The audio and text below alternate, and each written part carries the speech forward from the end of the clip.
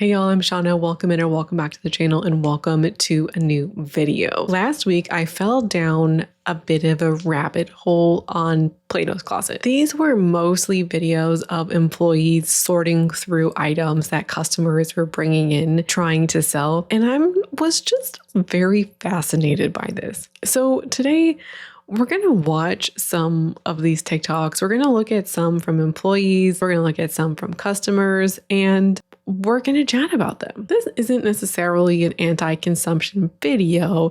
This is a niche interest that I've had, but there's absolutely going to be commentary in here about fast fashion. We're also going to talk about the trend cycle and the disposability of clothes. This isn't a video dedicated to hating on Plato's Closet because we're going to look at both sides. Plato's Closet does some great things and I'm glad that they exist and I found some good things there too, but there's also some problems. So let's get into it and let's talk a bit about Plato's Closet first. They are a secondhand retailer. I didn't realize that they were aimed at teens until I went and looked specifically at their business and who they claim to be targeting, and the company itself targets teens. That's their main demographic. They buy clothes from customers and then they resell those clothes in their stores for a profit. So they're buying from customers at a lower price point so they can make money. They're a franchise, meaning that an individual or group of people buy rights to operate under the Plato's Closet franchise or the Plato's Closet brand. Franchises are often pitched as like a business in a box kind of deal where the company often supplies you with like materials, like software, things like that, and you get to run your own business. So they're owned and operated by people within their own community, and they are not quite a corporate entity because of that, but they still have that corporate entity component with the franchising. And like thrift stores themselves, the quality or selection of clothing is really location dependent. So the first video on deck is from mid-July, and this is from a location in Illinois. I saw it listed as Plato's Closet Algonquin. If you're from Ontario, you might have had the same thought that I did, like the Algonquin region, but no, they're not. They're not Ontario. So we're going to watch this TikTok. I might edit out portions of the clip because there's repeated phrases on things like tank tops, but overall, like you're going to get the gist of the video. So let's watch. TikTok, do a buy with me. We have one basket to go through today.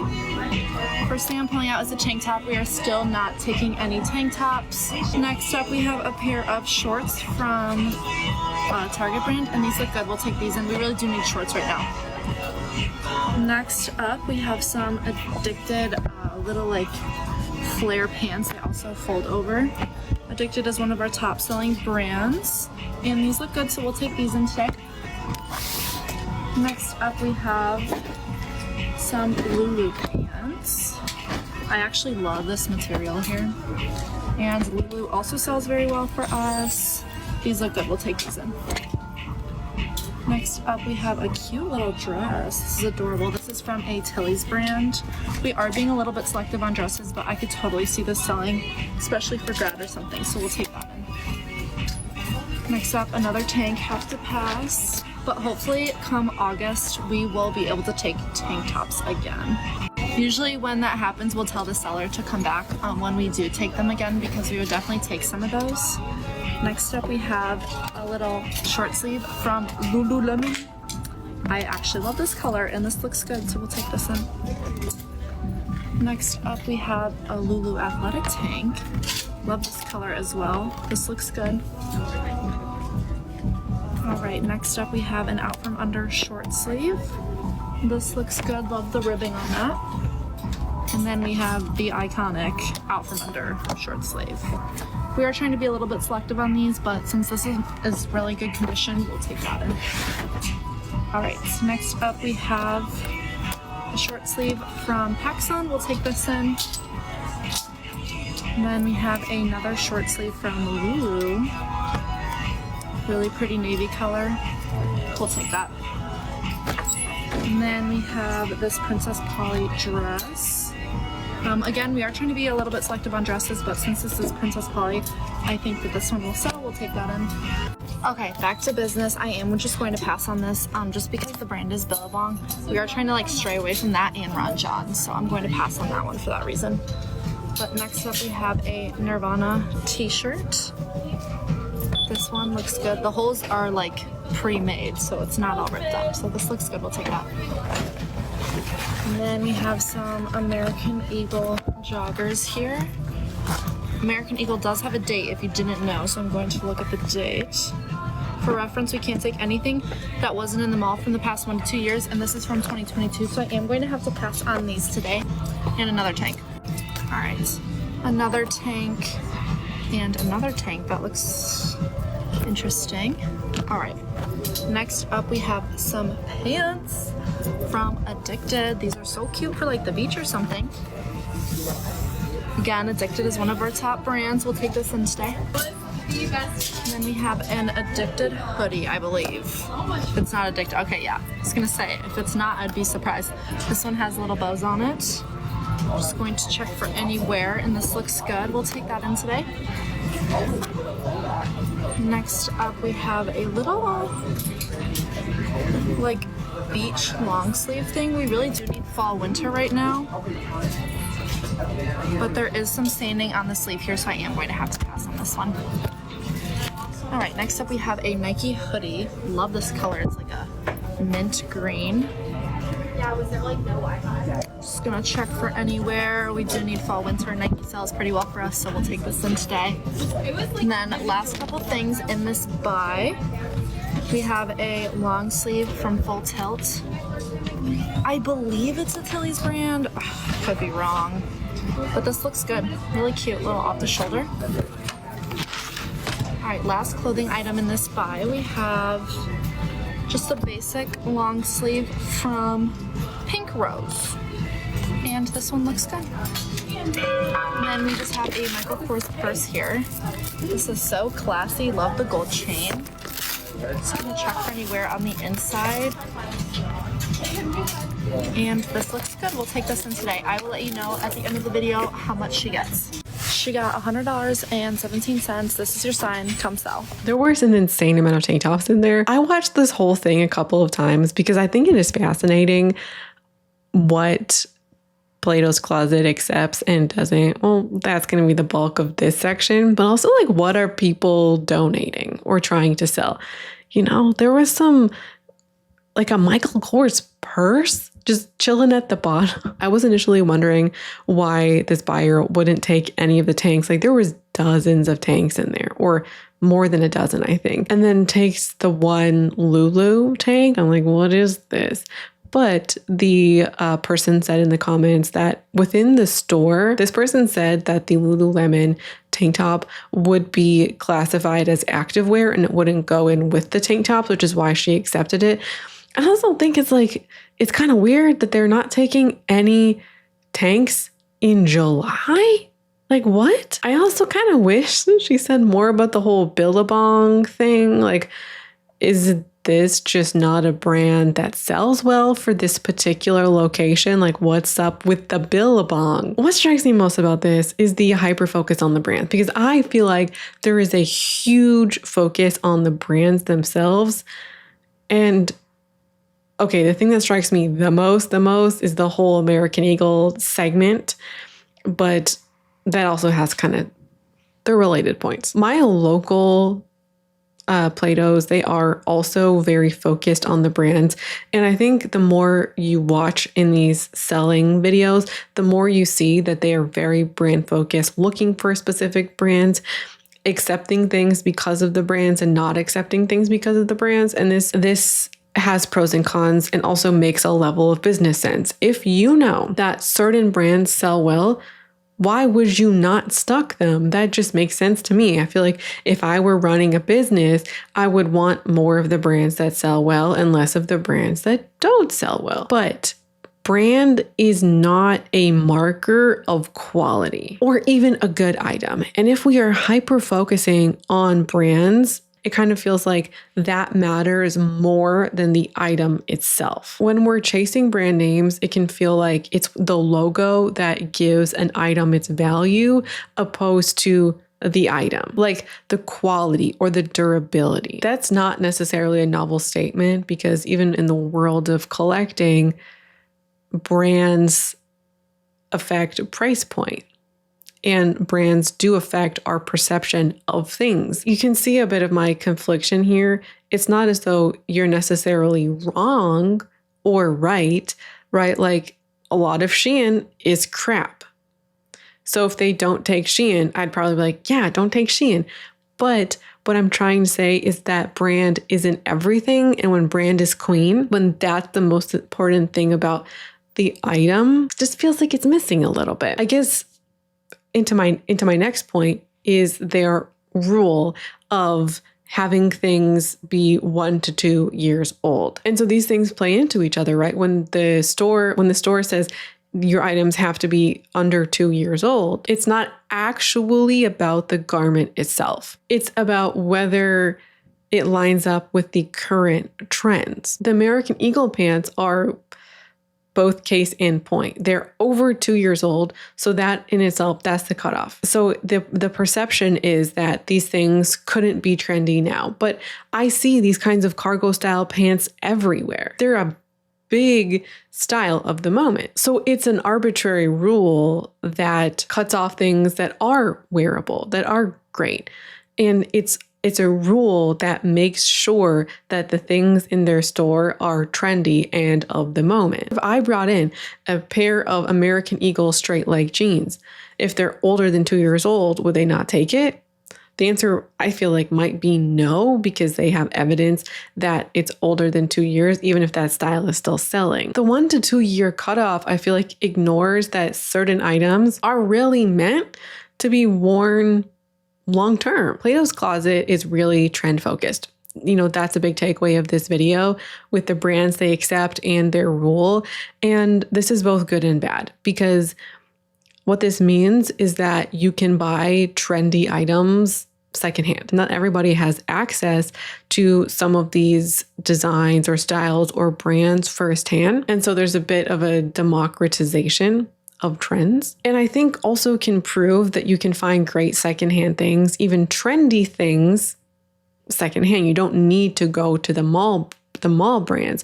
A lot of the fashion folks go to the mall or go to the brands or the Princess Pollys or whatever, because of this perception that being on trend that's how you do it. No, you can find great stuff at your Plato's. But this is ultimately reinforcing the mechanism of fast fashion. If all we do is accept items from the past 2 years, so that's the bulk of what we do, we're reinforcing the trend model. We're reinforcing the trends of fast fashion. We're just doing it in the secondhand marketplace.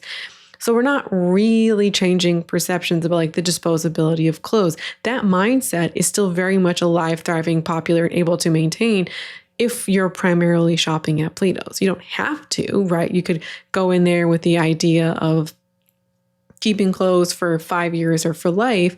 But if you are an average shopper, that business model supports the trend cycle in the disposability of clothes. And then they also kind of reinforce this idea that if your clothes are older than 2 years old, then they are worthless in a sense. They've lost their value, which contributes to the wider culture of disposability, where we treat clothes like they're temporary rather than things to be worn, reworn, and enjoyed for as long as they last. We're gonna watch another video, and this is from a customer. Say whatever you want to about Plato's Closet, and at the end of the day, it's probably so valid, but every single time I come in here, I find bangers. And it's the same as thrifting, where you need to look and dig, because there's gonna be some really questionable items. But these Uggs are brand new for $35.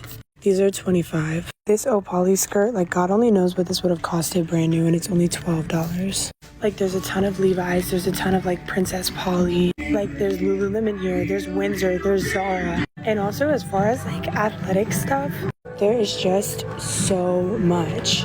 Brand new tags Hello Molly dress for $12. Like, the going outfits are unbeatable here. Again, brand new attack. And legitimately, like, if you're looking for going out tops, this is the place. First time I watched this video, I had to try very hard not to crash out, because when she flicked her hands past the leggings, I was like, oh my God, that's so beautiful. Oh my God, that's so much.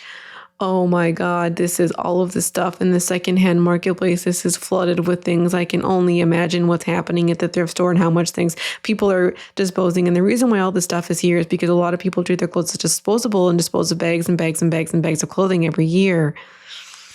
Welcome to the thought process. Look, I like this message. I find great things at Plato's Closet too. I found a great pair of jeans, my favorite pair of jeans, at Plato's earlier this year. You know, you can find great stuff there. And also, I'm not saying that Plato's Closet can't carry Addicted or Princess Polly. I'm not saying don't do that. I'm saying, why just limit yourself to 2 years? I think this video is great because it shows that there's a lot of choice. And when we're being influenced online, we're being influenced to go and buy new things from these brands firsthand. This is influencing people to go buy secondhand, which I enjoy. But it makes me sad because of the reason why these racks are so full. And also, given the context of the 1 to 2 year rule we heard about in the first video, these racks are so full because people bought clothes and then disposed of them in arguably under 2 years. They wore them for a year or two and then tossed them. And then when I look at these videos of these people doing buys and it's bags of stuff, I'm like, and one of the videos we're going to watch, they have regular buyers or regular sellers. So there's people who are showing tons of stuff all the time. And it really demonstrates to me how quickly things move from must have, gotta have it, I need it, to disposed of. Speaking of great finds, let's watch the stuff Julie found in upstate New York. Come shop with me at a Plato's Closet in a rich town.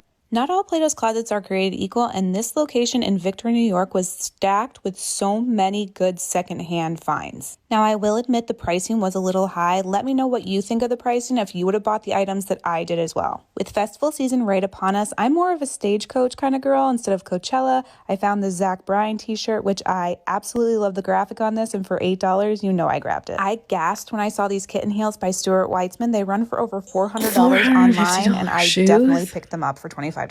This Free People top was only $14, and I loved it because it was new with tags. It's always so cool to get secondhand new stuff. The fun part about Plato's Closet is digging. They had Birkenstocks all over for like $40, but these ones were only $12, and these Roper sandals will go perfect with my Zach Bryan t-shirt. Now I just need a country music concert to go to. And can we just have a moment of appreciation for this aesthetically pleasing Hunter display? Do you shop at Plato's Closet, and what are some of the goodies you've found there recently? Okay, it's kind of crazy how different the stock of these stores can be.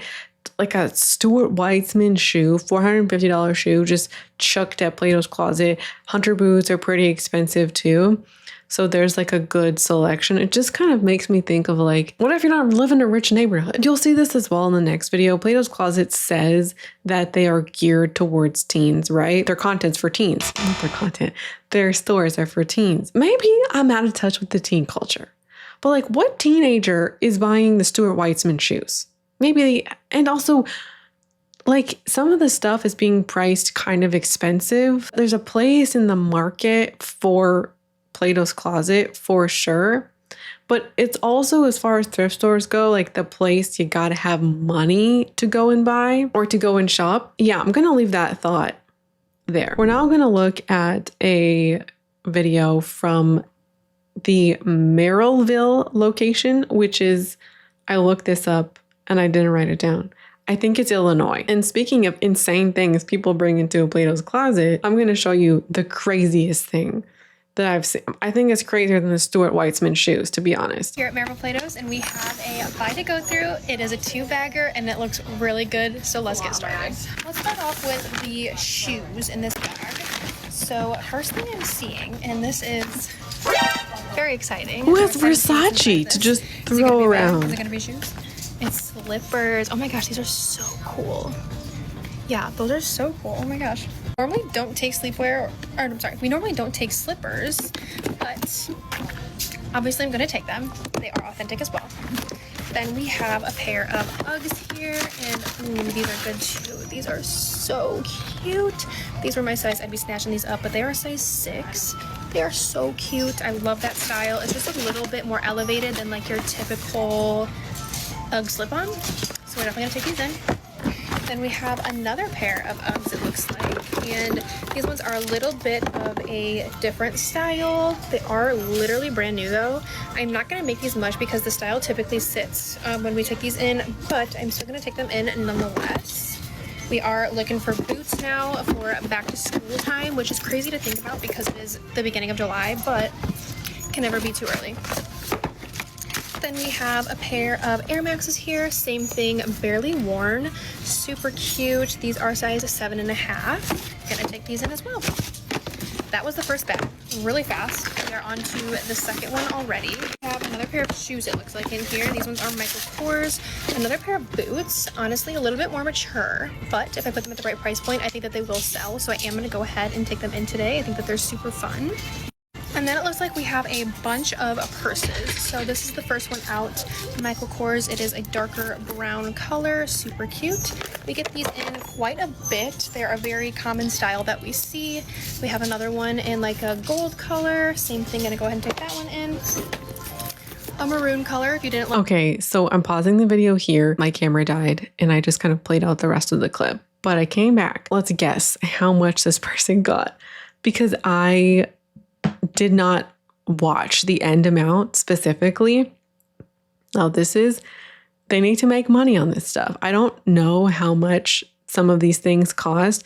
I do know that those Uggs are like, they're I think like 160 Canadian. So we'll call those 150 brand new, but there were so many brand new shoes, a couple brand new Uggs, Michael Kors boots, all of those purses. Like there's gotta be over $1,000 worth of items here, but they're gonna sell it for like 50% off. So they'll probably try to sell all this stuff for $500. So I'm gonna guess $200. For $184.84. As always, thank you for watching. I'm a little surprised at the $184. But also I'm a little suspicious of this buy. Like, why do you have so many shoes that are unworn and in different sizes? It's absolutely insane what people bring into Plato's Closet. And, you know, I'm not a teenager. Teenagers don't have as much money as working folks. And you don't have to be a teenager to shop at Plato's Closet. So if you live in a store like this and, you know, having regular sellers too is kind of wild.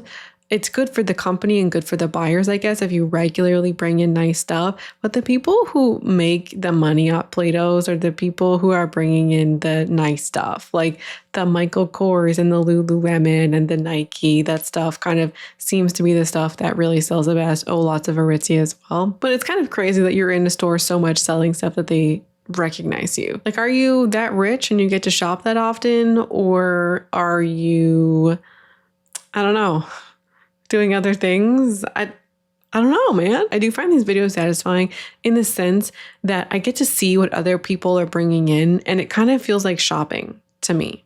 But also a bit of the like, guess the price, and I'm not going anywhere. I'm here. And I'm like, wow, look at that, look at that, look at that. I don't want to buy it, but I kind of get my little pleasure. I hear people in other videos talk about, or other genres, how they live vicariously through others and certain things are satisfying, right? Like I hear that about the restock videos or the cleaning videos, just two that come to mind where people go, wow, I find it very satisfying to live vicariously through said person. This is I guess I've learned, I live vicariously through these people selling all their stuff to Plato's Closet. Okay, we're going to do a quick one. This says, our customers, when they hear we are having a brandy event. It happened on August 30th, so it's over now. And they're showing all of their brandy stuff. As you know, it's a cheesy video. It's a cute video. I love a little cheese. So I find this entertaining, kind of fun. But why I'm bringing this up is that if you like shopping at specific brands, in this case, Brandy Melville, and you don't want to shop that brand firsthand, stores like Plato's Closet kind of fill that gap.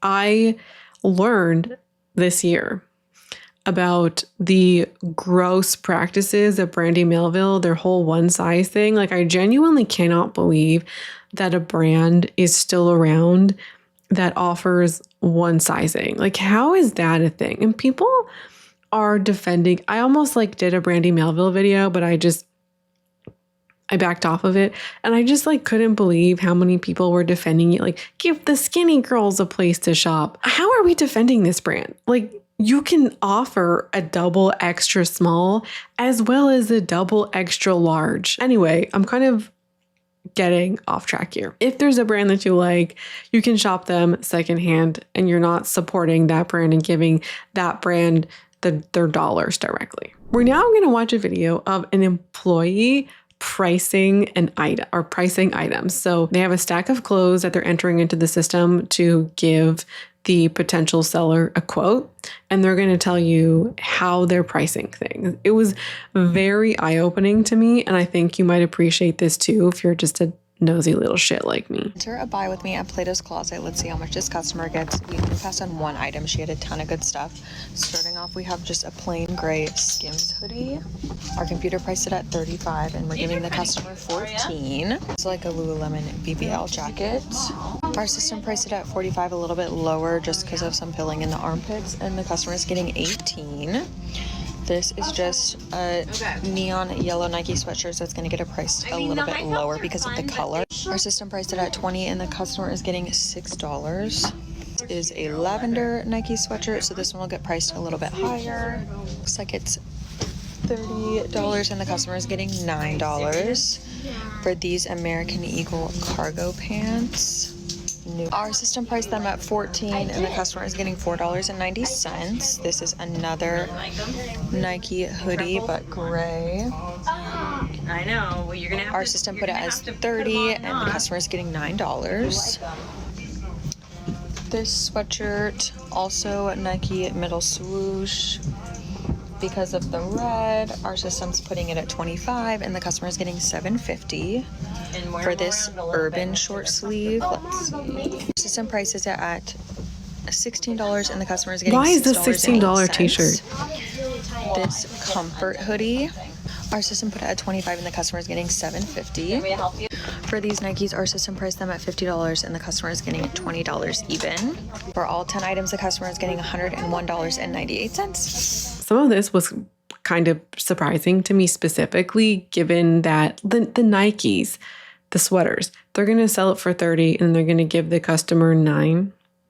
That's less than a third of the price that they're going to sell it for. People complain about Plato's Closet all the time and their pricing. And I haven't seen transparency like this before, in the sense of they're sharing how much they're going to sell it for and how much they're going to pay the customer. And people are upset about this. Like, they're getting so little.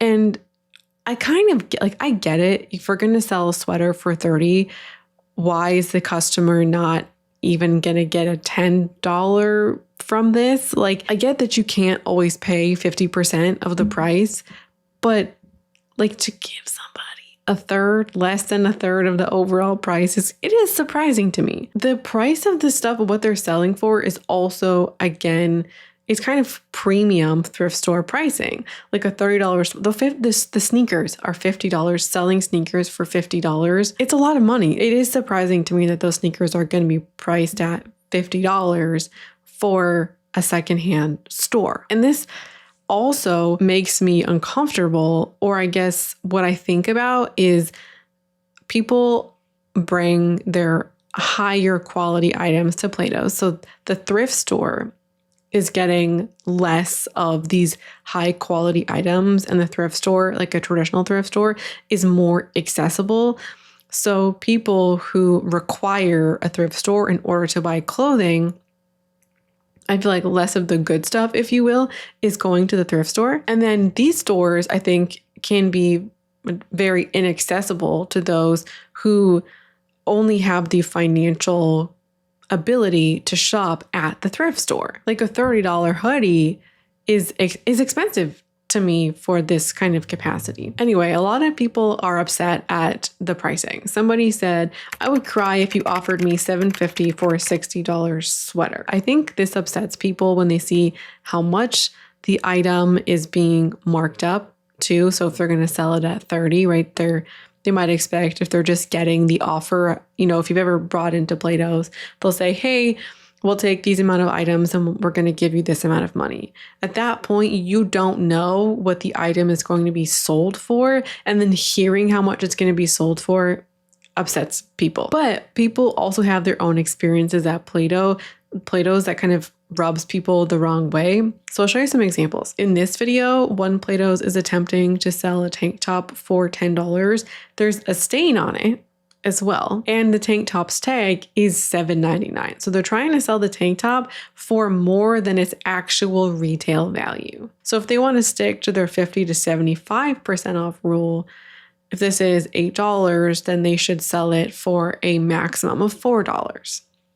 In this video, they're trying to sell an $8 top for $9. And then there's this video that says, you mean to tell me that Plato's couldn't take my Princess Polly haul because it was out of season, but they'll accept this bootleg ass sock top?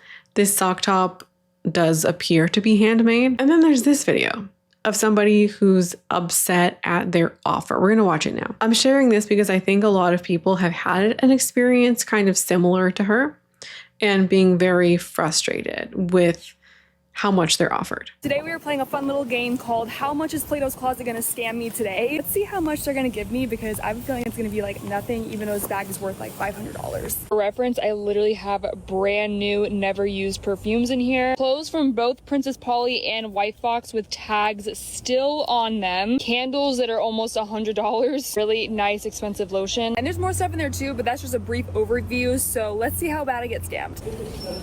Yeah, because if y'all didn't know, they literally have body care here, like Velvet Petals Soul, Marshmallow Pumpkin Latte. God, they have Pastel Skies here too. Oh wait, Twilight Woods. This scent brings back so many memories. I'll be back in about 2 hours to see if they're gonna give me more than $100 or not. I really hope they are because that bag, I'm telling you, was at least worth $500. All right, y'all, it is time. It has been a few hours. Let's go see how much they're actually going to give me. I see your ID? Yes. Amazing items, any passes, just some minor wear or some duplicates, and then we could take pretty much a lot of your stuff. Okay. We could take 14 things and offer you $66.70. Yeah. Did you want to see which ones they were?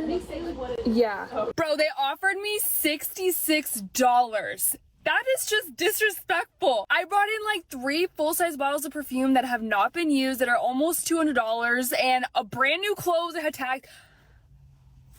I've never, what the hell? She's not wrong in being upset for $66 given the price of her items. I understand feeling that way. We're gonna do a little bit of both sides here to maybe illustrate a point. So from the store's perspective, they are a for-profit business. These lowball offers aren't personal. If you think that your sweater is worth, let's say you would list it personally on Facebook Marketplace for $60, they can't list it at $60 and they can't pay you $60. They need to resell it, they need to make money, but they also have overhead and they also take the risk. Some things, despite it being a great item, does not sell and they lower the price and they take a loss on it. So they'll offer you $7.50 instead of maybe $15 that you think that you would make on a $30 sweater or an item they're going to sell for $30. They'll offer you $7.50 or $9 to cover their margins, their overhead, and the risk. It's not a guarantee that the item will sell, and you would know this yourself if you've ever tried to sell things on Facebook Marketplace or Vinted or Depop or Poshmark. Some things just don't sell even if they're good items. It's time consuming as well. And because we are not people who work in this business, we don't actually know how much their overhead is, how much Like what percentage of things in their store are discounted before they sell, and what profits are being made off of the items. In this sweater example, let's just call it an even $10. Let's say they do sell that item for $30. They're making $20, but what portion of that $20 is actually profit and what's going for the business? As an outsider, I can't tell you. In addition, I feel like, the moment you mentioned Plato's, there's a lot of hate out there and people feeling like they're getting scammed. But I also don't feel like the same energy is coming for traditional businesses. Yes, the corporate greed is a conversation, but I just feel like if we're gonna complain about corporate greed, which we should, let's go give that energy to Shein and to Zara. Let's comfort those guys. I get as well that just because one thing wrong is happening here doesn't mean that the other thing also isn't wrong. All I'm saying is that I don't know. Maybe I got a little carried away there. But I don't know how much of that profit is actually profit. What people are really upset about is they feel like it's a slap in the face and they feel like their offer is not fair because the person is not valuing the item. The buyer of the item is not valuing the item in the same way as the seller of the item because the buyer is not paying what the seller believed it's worth. It's a discrepancy of value. And maybe it hurts a little bit extra because the purchase that you made, you shouldn't have made. You spent too much money. I have additional thoughts here. I think in a capacity, people are upset at this devaluing, but I think it hurts to see our items devalued so quickly and the depreciation happening so steeply. The gap between what we can get paid for at Plato's Closet, or even what we could sell it on the secondhand marketplace, it's a reminder of how quickly consumer goods lose value. Maybe it hurts a little bit extra because at the time of purchase, we were so excited about our item. When we're shopping, clothes feel exciting, and Plato's Closet is treating our items as having such little value. There's, I think, a conflicting viewpoint happening here, or something I see as a contradiction. We have people selling their clothes wanting top value because they are still seeing value in their clothes, but they're bringing their items to a secondhand store in bagfuls because they don't want them anymore. And so people are holding opposing ideas, I think. My clothes don't matter enough to keep, but they matter enough that they should be worth money. We don't value our clothes in this context because we are trying to dispose of them. And Plato's Closet is the way to dispose of them. What happens to a lot of stuff that people take to Plato's is if they're not accepted, they go to the thrift store. So we're disposing them because we don't value them, but we are expecting other people to value them. Is this the case always? No. Some people are getting rid of clothes because they're in a new chapter of their life, or they've gained weight, or they've lost weight. And there's a bit of a necessity there. I genuinely need new clothes. I don't have space or room or time to also hold on to these clothes. So it's not always a devaluing, which, I think that's worth saying. There's a message about consumer culture, I think, embedded in this, that once an item has been aged out of the trend cycle, it becomes de facto trash. People want to just get rid of it. I say de facto trash, not as in that our stuff should be this way or that it is actually trash, but it loses value to people. And so it ends up being disposed of. And the best way that people know how to dispose of their clothes, or the most accessible way, is to bring it to Plato's or the thrift store. And here is the bigger point. Even in secondhand spaces, which should arguably anyway, arguably to me, they should be about reusing, longevity, and sustainability. The logic of consumerism creeps back in. Plato's Closet, by focusing on recent trendy brands, essentially replicates fast fashion's short shelf life, just at a lower price point. What could be a space for slowing down, for extending the life of clothes, becomes another arena where we're trained to chase logos, trends, and the next thing. We can replicate all of the ways we shop for fast fashion in the first-hand model in the secondhand model. And Plato's Closet, which is not Plato's Closet's fault, people bring their bags full of clothes so they can continue shopping in the way that they've shopped. Plato's Closet is the end of life, or maybe not end of life, but it's the end of one ownership, so people can keep on shopping. And then even if we become Plato's Closet shoppers or shop there occasionally, we can be shopping in the same logic, in the same mindset as firsthand fashion. I find this juxtaposition of the discarded items interesting. I don't have full thoughts on this. I was journaling about it and trying to get down to the crux of this contrast or this contradiction. Not quite there. I didn't have all the time to noodle over it that I would like. And so I'm interested to hear what you think about this. So that's everything for me today. As we close out, I'd like to know, do you shop at Plato's Closet? Do you like them? Do you hate them? Do you avoid them? Do you shop there only on occasion? I would like to hear from you. Thank you so much for watching and coming with me to my little rabbit hole that I hopped down a few weeks ago. If you like to hear more about Plato's Closet or watch more videos, watch more sorting content, there's actually a video that I really wanted to share but didn't have time for, of Plato's Closet employees talking about how much they spent since they started working. Spoiler alert, most people lowballed how much they spent. I'd be happy to make another video on this. That's everything for me. I hope you enjoyed this one, and I hope to see you here again for a new video soon. Bye.